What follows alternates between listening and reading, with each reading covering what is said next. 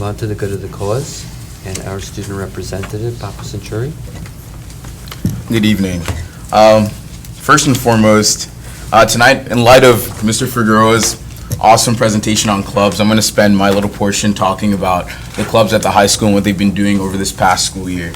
So I'm going to talk about academic team first. Academic team is one of the most, I don't know how to describe them. They're a small coalition of kids. If you go to their practice, it's one of the most interesting things you'll see. It's 10 kids, you go in, and they're just asking the craziest questions back and forth: history, geography, philosophy, science, so many different questions. And you're sitting there wondering how could these kids know all this knowledge? It's insane.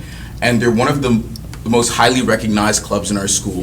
They've won awards at several prestigious institutions. Recently, they won 3rd at Princeton University, 6th at Columbia, and 7th at the Kellenberg Invitational, which is one of the most elite invitationals for academic teams in the tri-state area.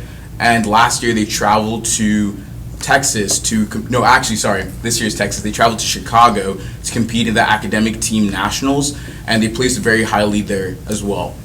We've seen so many great students go through the program. One of our best students, Shravan Balaji. We've seen so many people learn so much from academic team. Also, I'd also like to talk about FBLA. FBLA and NHS are working on a cross-registration program called Junior Achievement. So basically, tomorrow, I'm going to elementary schools around East Brunswick and teaching kids about basically finance on a basic level. So as you grow up, you're taught to save, you're taught how to spend, you're taught basic things about finance, but Junior Achievement believes it needs to start from a young age. So we're starting from kindergarten to 5th grade, and we're talking about how just saving a little bit in your piggy bank every single day, we're just teaching them good habits and good things to progress in life with. So in kindergarten, we're doing this thing where it's like saving in your piggy bank, and then once you progress to 5th grade, it gets a little more complex about how you should save more than you spend, and how you shouldn't just, if your mom gives you $5, you shouldn't just go out and use all the $5 on candy. Maybe you should save some for later, long-term investment. Lots of rough with that. Yeah, honestly. And also, German Club recently hosted a global marketplace. So in high school, a lot of kids ask me, oh, we're taking French, we're taking Spanish, Italian, German. We're never going to use this. I'm not going to major in this when I go to college. And German Club really showed that even though you're not going to major in it, it's a life skill that's going to stick with you forever. So they invited different global leaders, different companies that have global markets, and they came in, French companies, Italian companies, German companies, and students were invited to come during the school day to the auditorium and talk to them and ask them questions. And I think it opened a lot of students' eyes to how maybe they're learning something in French, they're learning the imperfect tense, they're learning this, and they're not going to major in French, but they can still use this in their daily life. They might get hired by a company where they have a French division, and they won't be at a loss because they'll have this background skill. Finally, I'd like to talk about the technology policy. So, as we know, Dr. Vanilla implemented the Bring Your Own Device, the BYOD, and as it stands, it's been going really well. Recently, Dr. Vanilla went on the PA and talked about how you can't take pictures during school and how that's become a slight issue, but I think the student body has embraced that overall. Initially, everyone was like, oh, why can't we take pictures during school? But then Dr. Vanilla had a principal's council meeting and explained to the student leaders that it's a security issue and it's also a police issue, so that's why we can't take pictures during school. And I think the student bodies have embraced that overall, and they've come to understand. They've usually adults look at kids and oh, kids won't understand this. They won't be able. You can't rationalize with kids. They have no rationale. But Dr. Vanilla understands that we're young adults as well. So he was able to talk to us about taking pictures in school, and it's actually come down a lot. A lot of kids who would usually Snapchat or do this have realized that it's a security violation. It's also a problem for the school in general. And why Snapchat in school when you can just wait till 2:12, walk outside of school, and Snapchat there? So why Snapchat at all? Exactly.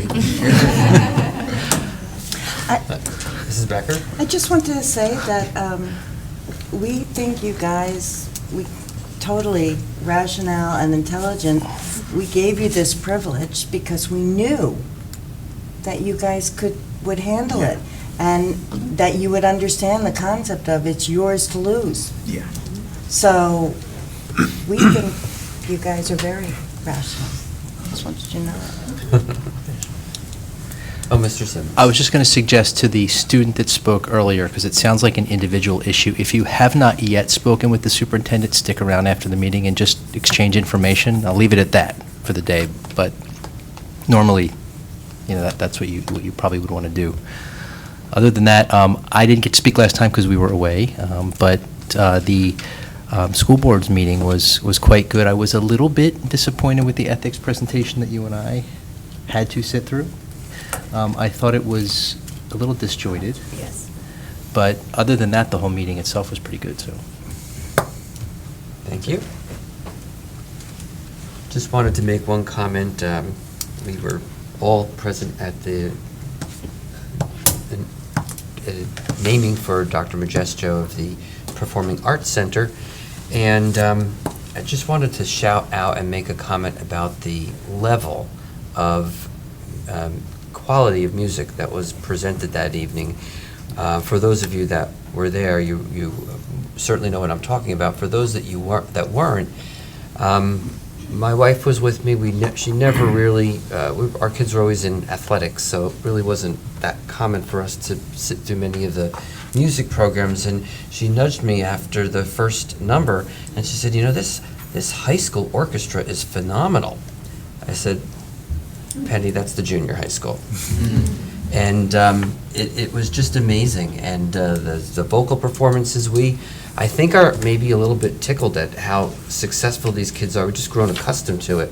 But I grew up in a musical background and knew early on when I would compete in North Jersey that if you were looking on a statewide competition and you walked into a room and you were competing with kids from around the state, you looked out for the kids from Cherry Hill East, Parsippany Hills, which is where I was from, and East Brunswick High School. It was known back then, and I'll tell you how old I am. But I use this as a practice tool because my daughter plays cello, so it was great since she was with me. I got to say to her, that can be you in a couple of years. They were phenomenal, and I think they deserve a lot of credit, but it doesn't happen by And accident. the Pitch Perfect team was good, too. That Pitch Perfect, Yeah. the ladies that, wow. Yes. Right, the Yeah. Bella Voce. They always- Irwin's group. I will have to tell you, I have to share the story. So I'm making my way around, but I got to the Churchill Advanced Orchestra to thank them for coming to the performance. And they were having a pizza party, and so the pizza was out, and all of a sudden, I see the students' laptops start to open up, and they're eating pizza, and they're on their laptops, and so they were doing homework. And then one student gets up, goes over to the whiteboard, and starts writing algebraic equations across the board. And I was like, they don't even take time to eat pizza. They're doing math problems, and so it's representative of our students. That's just not one snapshot. It's representative of our students, and it's just astonishing. I'm so proud to be superintendent here and to watch these kids do what they do at every single level. It's just amazing. Yeah, it was really impressive. Yeah. So, we do, however, have a need for closed session, so I'd like to move that the Board of Education approve the following resolution. Whereas the Board of Education must discuss matters which are not appropriate for discussion at a public meeting, and whereas these subjects are within the exceptions of the Open Public Meetings Act and are permitted to be discussed in a closed session pursuant to NJSA 10-412B. And pursuant to NJSA 10-412B, subsection A, any matter involving the employment, appointment, termination of employment, terms and conditions of employment, evaluation of the performance of, promotion, or discipline of any specific prospective public officer or employee, or current public officer or employee employed or appointed by the public body, unless all individual employees or appointees whose rights could be adversely affected request in writing that such matter or matters be discussed at a public meeting. The nature of the matter described as specifically as possible without undermining the need for confidentiality as employee 23609. Pursuant to NJSA 10-412 subsection B subsection 4, any collective bargaining agreement or the terms and conditions which are proposed for inclusion in any collective bargaining agreement, including the negotiation of the terms and conditions thereof with employees or representatives of employees of the public body.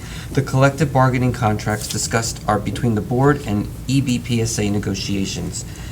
Pursuant to NJSA 10.4.12 subsection 6, any tactics and techniques utilized in protecting the safety and property of the public, provided that their disclosure could impair such protection, any investigations of the violations or possible violations of law, the nature of the matter described as specifically as possible without undermining the need for confidentiality as school safety and security measures. Whereas the length of the closed session is estimated to be 45 minutes, after which the public meeting of the board shall reconvene and immediately adjourn. Now therefore be it resolved that the Board of Education of East Brunswick will recess into closed session for only the aforesaid subjects. And be it further resolved that the East Brunswick Board of Education hereby declares that its discussion of the aforesaid subjects will be made public at a time when the public's interest in disclosure is greater than any privacy or governmental interest being protected from disclosure in accordance with the Open Public Meetings Act. So moved. Second. Yes. Mrs. Becker and Mrs. Shaw, is there any discussion? All those in favor? Aye. Opposed and abstentions? Good evening, everybody, and thank you.